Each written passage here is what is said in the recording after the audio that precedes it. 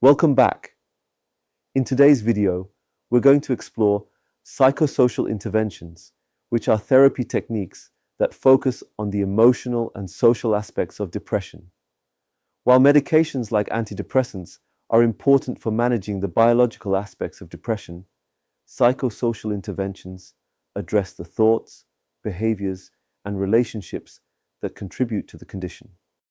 Let's dive into four major types of therapy that are commonly used to treat depression: cognitive behavioral therapy, CBT, interpersonal psychotherapy, IPT, behavioral activation, and family therapy.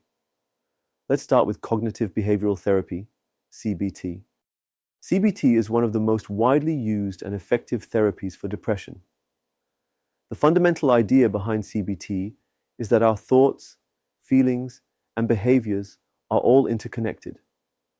When someone is depressed, their negative thoughts, such as, "I'm worthless," or "nothing will ever get better," can lead to feelings of sadness and hopelessness, which in turn can cause them to withdraw from life and stop doing things they enjoy. This negative cycle continues, making the depression worse. CBT works by helping individuals identify and challenge these negative thought patterns and replace them with more balanced and realistic thoughts. For example, a person who believes they are a failure might be encouraged to look at their past accomplishments and develop a more accurate self-assessment.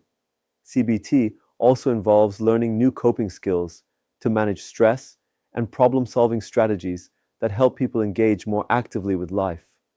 Research has shown that CBT can be highly effective in treating depression, and it is often used in combination with medication for better outcomes.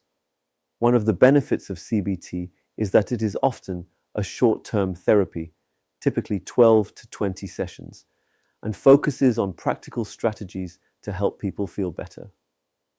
Reflection questions. How do you think CBT helps someone with depression challenge their negative thoughts? What might be some examples of negative thoughts that CBT can help address? Next, let's talk about interpersonal psychotherapy, IPT. Interpersonal psychotherapy, IPT, focuses on improving a person's relationships and social functioning. Depression often occurs alongside or as a result of interpersonal problems, such as conflict with family members, loss of a loved one, or difficulty maintaining social connections. IPT helps individuals address these issues by improving their communication skills, increasing social support, and resolving relationship problems. IPT is typically structured into four key areas: grief, helping individuals process the loss of a loved one; role disputes, resolving conflicts in relationships, such as with a spouse, parent, or colleague; role transitions, adjusting to life changes, such as retirement or becoming a parent; interpersonal deficits, addressing social isolation or difficulties in forming and maintaining relationships. By focusing on relationship dynamics and social interactions, IPT helps individuals improve their emotional support network, which can significantly reduce feelings of loneliness and isolation, common in people with depression. Reflection questions. How do you think improving relationships and communication might help someone manage their depression? What role do you think social support plays in the recovery process from depression? Now let's explore behavioral activation. Behavioral activation is a therapy that focuses on increasing a person's engagement in positive activities. One of the main symptoms of depression is anhedonia, the loss of interest in activities that were once enjoyable. This can lead to a cycle of withdrawal and inactivity, which makes depression worse. In behavioral activation, the therapist helps the individual identify enjoyable or meaningful activities they have stopped doing and encourages them to re-engage with those activities. The goal is to break the cycle of inactivity and help the person experience positive reinforcement from engaging in enjoyable activities. For example, if someone who loves to read has stopped reading because of their depression, a therapist might encourage them to set small goals, like reading for 10 minutes each day. By gradually increasing engagement in positive activities, individuals can begin to feel more motivated, boost their mood, and experience greater life satisfaction. Reflection questions. How might engaging in enjoyable activities help break the cycle of depression?